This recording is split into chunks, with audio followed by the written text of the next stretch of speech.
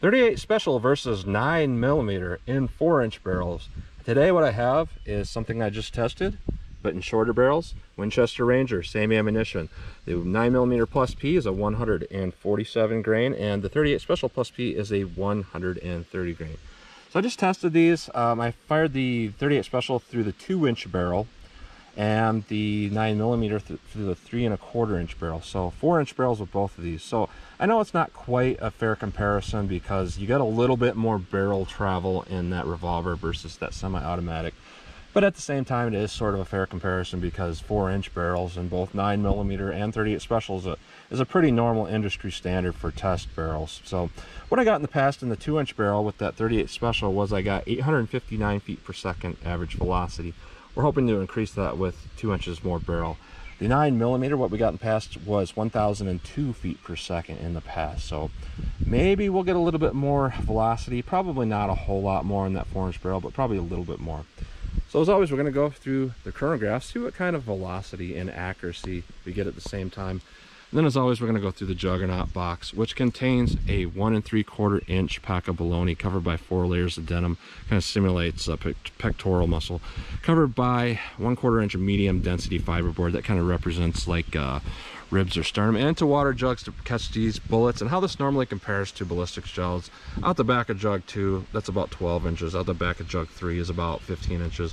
Back of jug 4, about 18 inches. And most really good ammunition stops in about jug 3. So let's get started with the test between the 9mm and the 38 Special+P in 4-inch barrels. Let's get started. All right, we're about 4 yards from the chronograph, about 5 yards from the target. We'll start with the 9mm+P. We're averaging 1,002 in the 3¼ inch barrel. We'll see if we can beat 1,002. By the way, 1,030 is the rated velocity from the muzzle. So let's see what we get.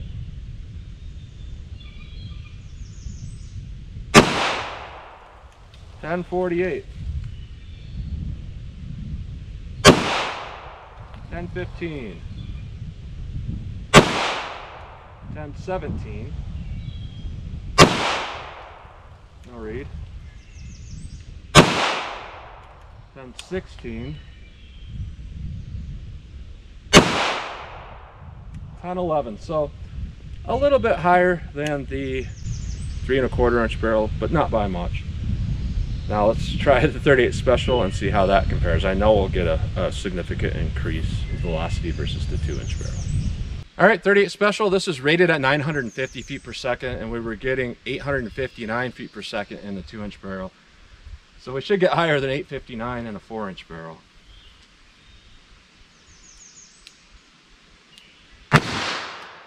.959. 936.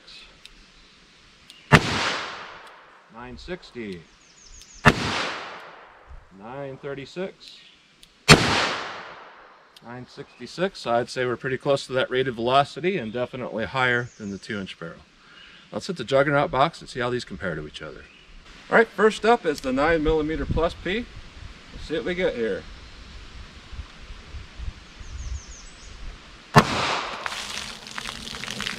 All right, pretty good damage overall. Got a lot of water splash back, so let's see what we got here.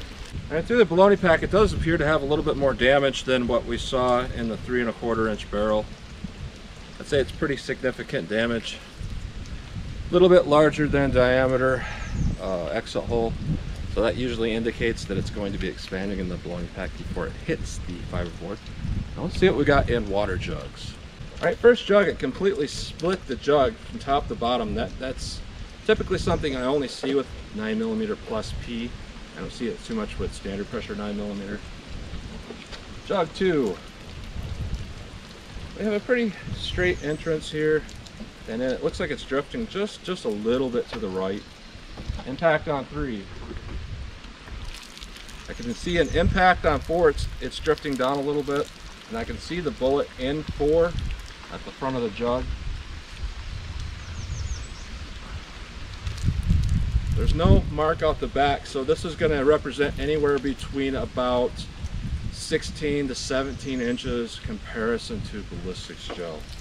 And what we got is pretty ideal uniform expansion. And the 3 1/4 inch barrel wasn't quite uniform, so this had just enough extra velocity to peel back those pedals. So I'd say pretty good performance. Now let's see how the 38 Special compares. All right, 38 Special, we'll see how this compares to the 9mm.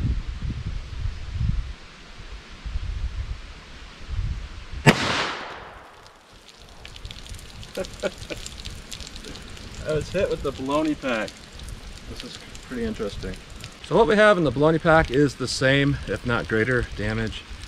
A little bit larger than diameter hole, a little bit larger than the 9mm fiberboard hole. So that means it's probably expanded a little bit larger, a little bit quicker. Let's see what we got in water jugs. All right, first jug, we have a ton of fiberboard in here. And I see that a lot with Revolver cartridges because the hollow cavity is a little larger. It's like it's pushing more fiberboard material in the first jug.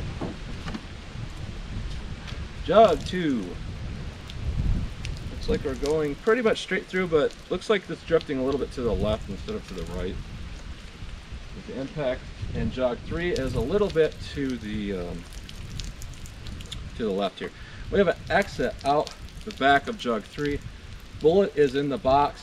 Looks like it bounced off jug 4, so that's going to indicate about an exact 15 inches comparison to ballistics gel.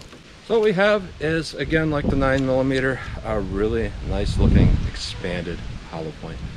So I would say both of these did really well. We did really good in the shorter barrels, the 2-inch Revolver and the 3 1/4 inch semi-auto, and it's doing equally well in 4-inch barrels with both. So I would say this is a pretty good value of ammunition if you can get it, because it's not typically very expensive. It's usually a little bit less than the PDX-1 line if you can find it at the right retailers. I only paid about $20 a box for each of these, and it's for 50 rounds, and it's doing really, really well. So I would say overall, this is just a really good ammunition. It seems to perform perfectly well in whatever barrel length you're going to use it from. So that's what you get today with 4-inch barrels with the PDX-1 9mm+P versus 38 Special+P. So as always, comment, share, and like, and thanks for watching.